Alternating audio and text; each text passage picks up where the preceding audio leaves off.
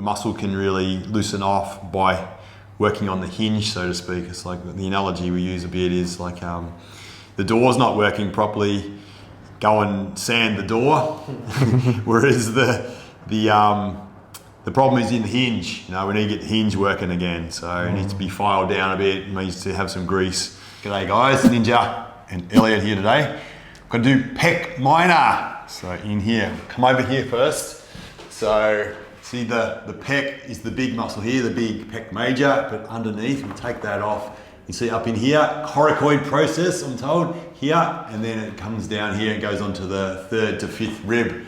So we're going to get up in here. So a bit of overuse injury from young Elliot here.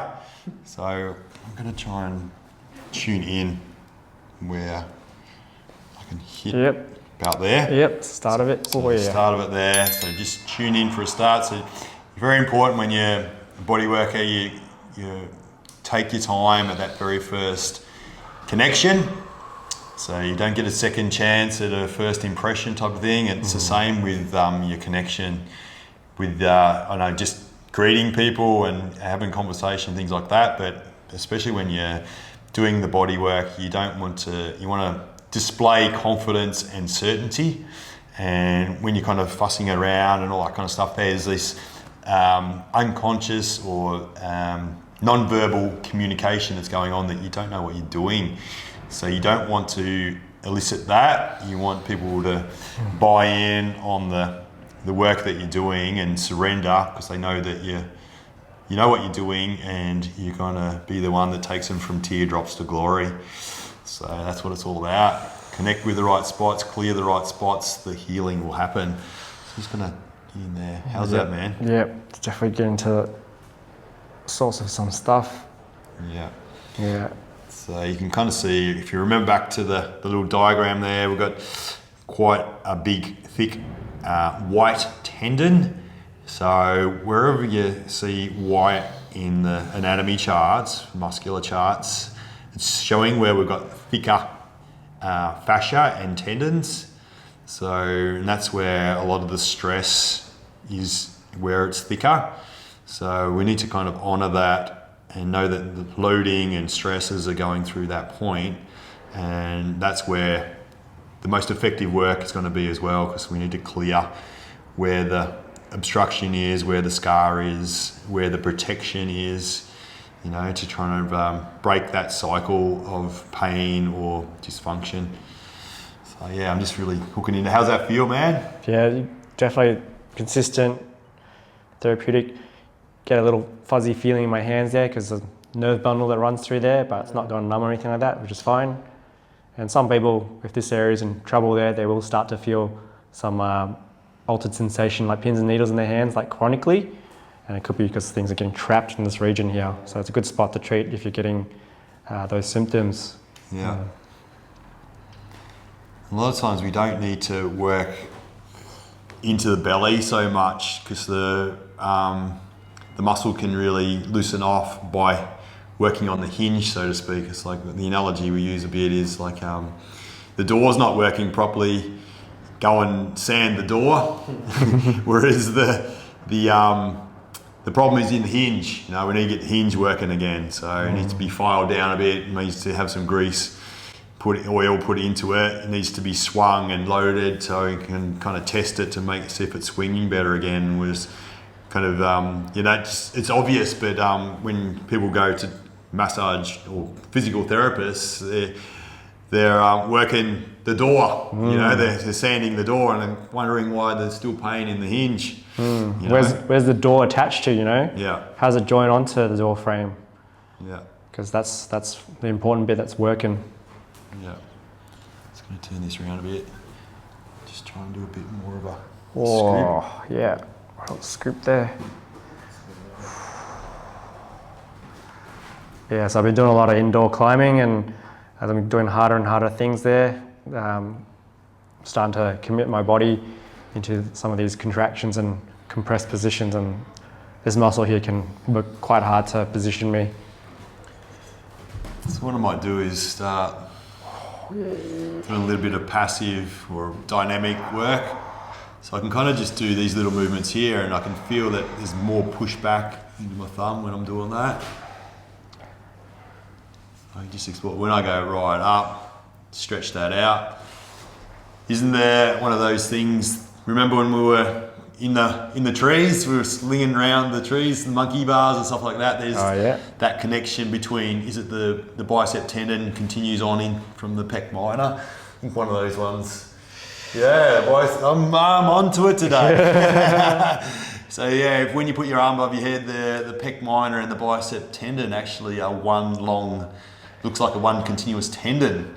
So if you think about the angle of the pec minor, it sort of slopes down across my chest this way, but if my arm's up, it's going to line up with the rest of my arm there. And so where Ninja's right, if you're holding onto a branch there, it's your arm that's linked to the tree, but then that muscle is also going to be assisting with that chain. Yeah, muscles don't just operate on their own; they work as part of a chain. So what I can do is look for the other end of the pecs. So another muscle that I'm into is sternalis. Sternalis. Do you know that one, man? Yeah. Oh yeah, that was a cool muscle. Like so it goes into our throat muscles here, across the clavicle, and a strip of muscle through here, and then it actually joins onto our abs. Oh, there you go. Down here. So it's fucking cool. It's really cool.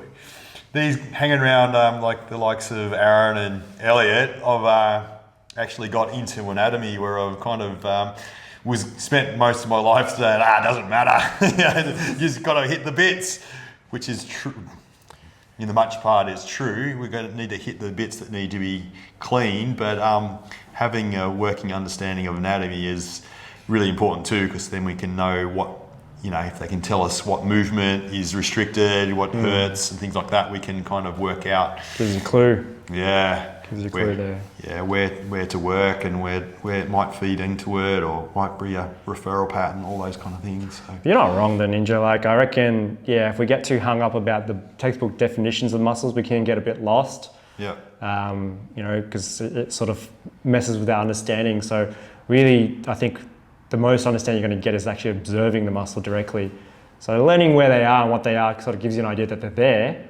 But then this is where the real learning is happening, is where you're feeling for it and seeing the changes you can make from it. Mm-hmm. Yeah, your ego can get out of control a bit, knowing all these names of muscles and attachment sites and naming all the bony prominent, things like that. You can kind of put yourself superior and things like that. But yeah, people just want to be fixed. At the end of the day, they won't want to be in pain. They want to function. They want to perform better. Well, I read somewhere that one interpretation is that we don't have 300 or so muscles in our body. We've got one muscle that's separated 300 different ways. Yeah. And if you think of it that way, you zoom out and look at it, it's basically one big bag of muscle with all these attachments. Yeah. Yeah, it's cool. And I was saying in another video too, is like acronyms. When you're in in your field, what TFL, ITB, all these SEM or whatever, but when you're talking to the layperson that haven't studied anatomy and stuff, they're just a bunch of words. That doesn't mean anything. No. So you're not kind of communicating well. You're just trying to be superior, and people have got to go and spend time bloody looking at a dictionary or a Google what that means. Yeah, it's not as helpful anymore. When you read like a MRI report or so you did it then? What's that? MRI. Oh yeah. We know what that means. What does that mean? Oh, magnetic resonance. It's a scan. Yeah. So, but it's the magnetic. Yeah. When you read that, all the terminology they throw in there, it's like, I don't think I'm any closer to understanding what's going on. Yeah. All the language they're going to use, you've got to get another interpreter for it. Yeah, that's right. It's creating more work for people, hey? Yeah. So yeah, it doesn't take that much longer these days to say the full thing, what it is. Or typing, MRI, we can say, what is it, magnetic? Resonance imaging. Resonance imaging. Yeah.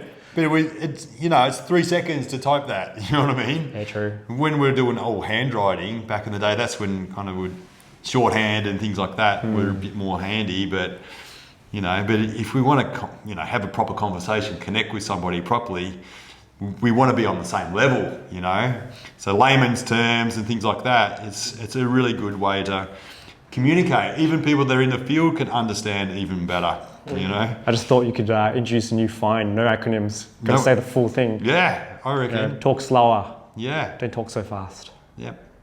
So I think that's, just a really nice thing to do anyway, just to, so we've got... No, it's a good idea. I think talk slower is a great idea because we're about slow, methodical treatment here. Yeah. So if you're talking slower and clearer, your intentions are better, right? Yeah. Whereas if you're shortcutting everything, you're going to shortcut your work. Yeah. Yeah. I suppose if you're going slower too, people have got more time to go, what do you mean by that? But if you just all this slab of information and there's no, no opportunity. Like I know just in this video, like I spoke at the start and I didn't give you any chance at all. I was just like that. So I just was watching you go, you're there thinking, am I going to have a chance to kind of contribute or, you know what I mean? So yeah, it's like, sometimes we just need to slow down, chew our food, What's the rush, What are we trying to race towards? Ponder, what is it? We'll get there in the end, just slow down a bit. Yeah. Better off getting there safe, aren't you, than 5 minutes early sometimes. I must be getting old now. I'm 36 and I'm already starting to say, slow down. Yeah. That's it. So anyway, we're working across the pecs here. I can kind of dig in, I can work right into the sternum as well. So I can kind of mobilize the joints, the ribs as well, but I can also be getting into these deeper muscles beyond it as well. So there's little muscles in between your ribs, We did another... Intercostals, they're deep as, bro. Between every rib. But you did another video on the serratus anterior. Oh, yeah. So really interesting muscle that isn't worked and isn't kind of thought about as the, for shoulder function. So look up that video too. Elliot's does a really good job on that video. Anyway, that's all I'm going to do. Thanks, man. So work both ends. Yeah. So the theory is we've worked the hinges, that door in the middle, where it's got all the red blood rushing through it. That was probably pretty good, but we just had a bit of overuse, worked, bit of over scarring. You get micro scars every time you kind of exercise in your body. But sometimes you over scar and that kind of means you've got restriction, you've got pain, you've got lack of movement or lack of strength, things like that. So you can work the hinge. That can come back, can heal. That's what we do, we magically heal every single time we got the right conditions. So that's it. Anyway, if you like our channel, please subscribe, hit that button. It's not too much energy. Share with your friends our videos, like this video, look into our courses as well. If you want to learn how to do body work, you can buy the videos or you can be mentored by Aaron and myself, and maybe in the future Elliot. I think he's a good teacher. What do you reckon? Comment if you think he's a good teacher. Thank you. Done. Get it done.